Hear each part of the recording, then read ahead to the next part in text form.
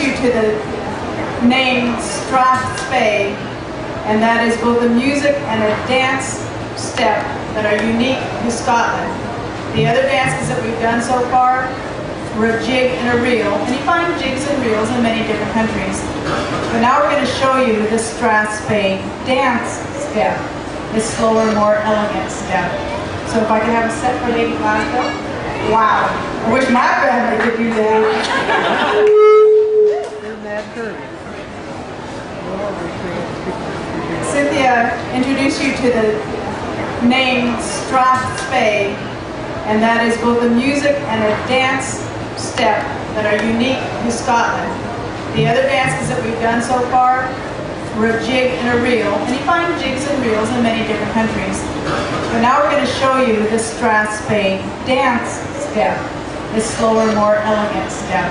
So if I could have a set for Lady Glasgow.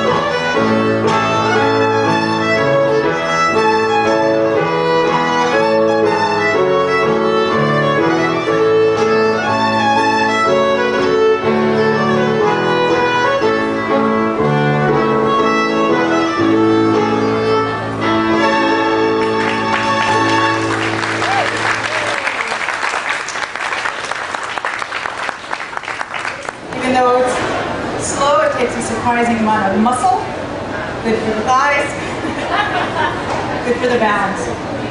Next, Martha McKenzie is going to talk to us about what exactly is this outfit that the men are wearing.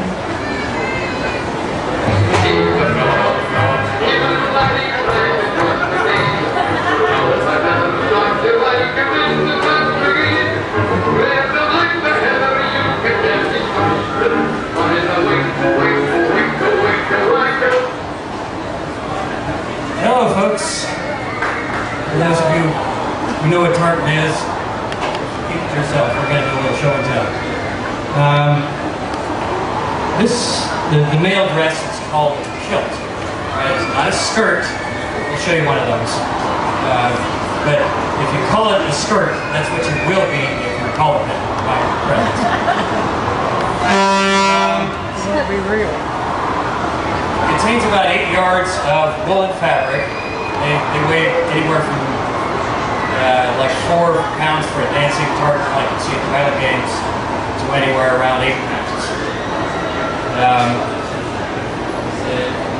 The tartans themselves, they can represent either family, or district, or geographic area of the country, or what they used to call a clan. That's synonymous with families. There's about 2,000 of them in the world currently. This one is Kenzie tartan. This is my family's tartan. This is actually my father's kit. We have some other examples of those. Eat my crops.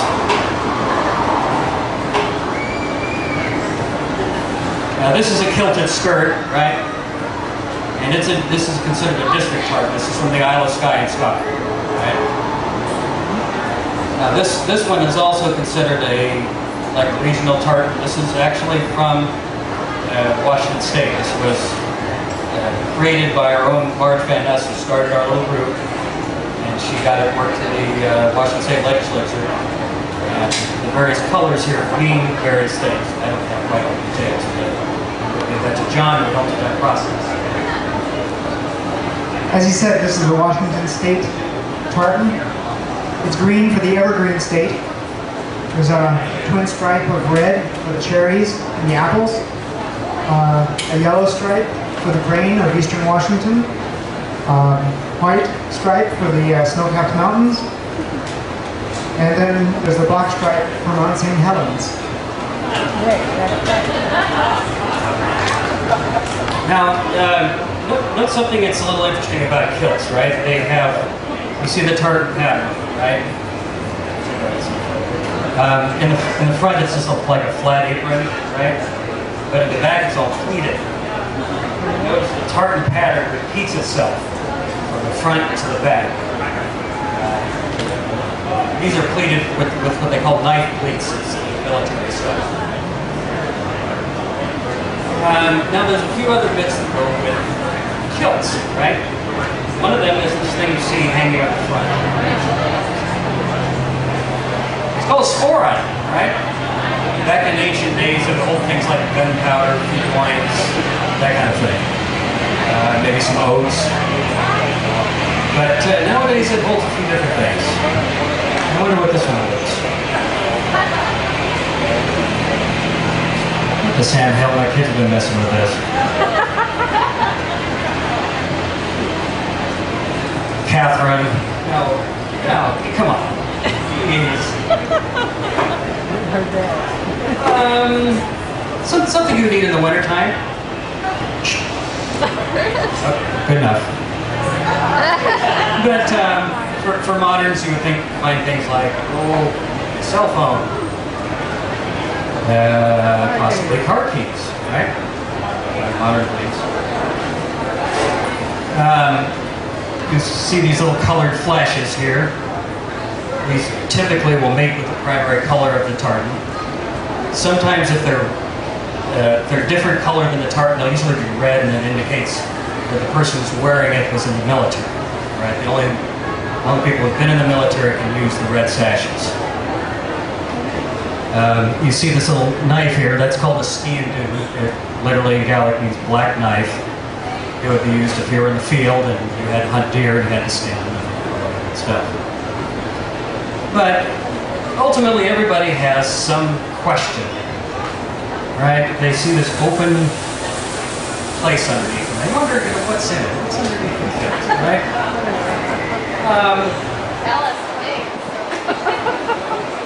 But it's always some kind of scandalous answer, right? But in this case, what's underneath my kilt is my toes. Bye, guys.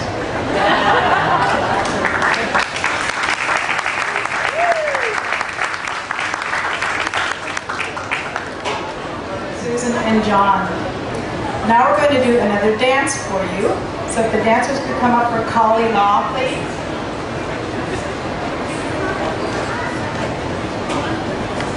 There are literally thousands of Scottish country dances. Some of the dances that we dance were written in the 1700s. Dances are still being written every single day. So we're not expected to memorize the dances. What will typically happen, the dancers will form a set, and then someone like myself will do what's called briefing the dance. Just get a little shorthand note of what the dance is. And it would go something like this. Kali Law is a 32-bar jig for 4 couples. The couples will advance and retire and turn right hands to face up for an all-on. And the first couple will dance a figure of 8 up around the twos, and the dance finishes with right hands across and left hands back. So see if you can pick out any of those figures when you see them dance Kali Law.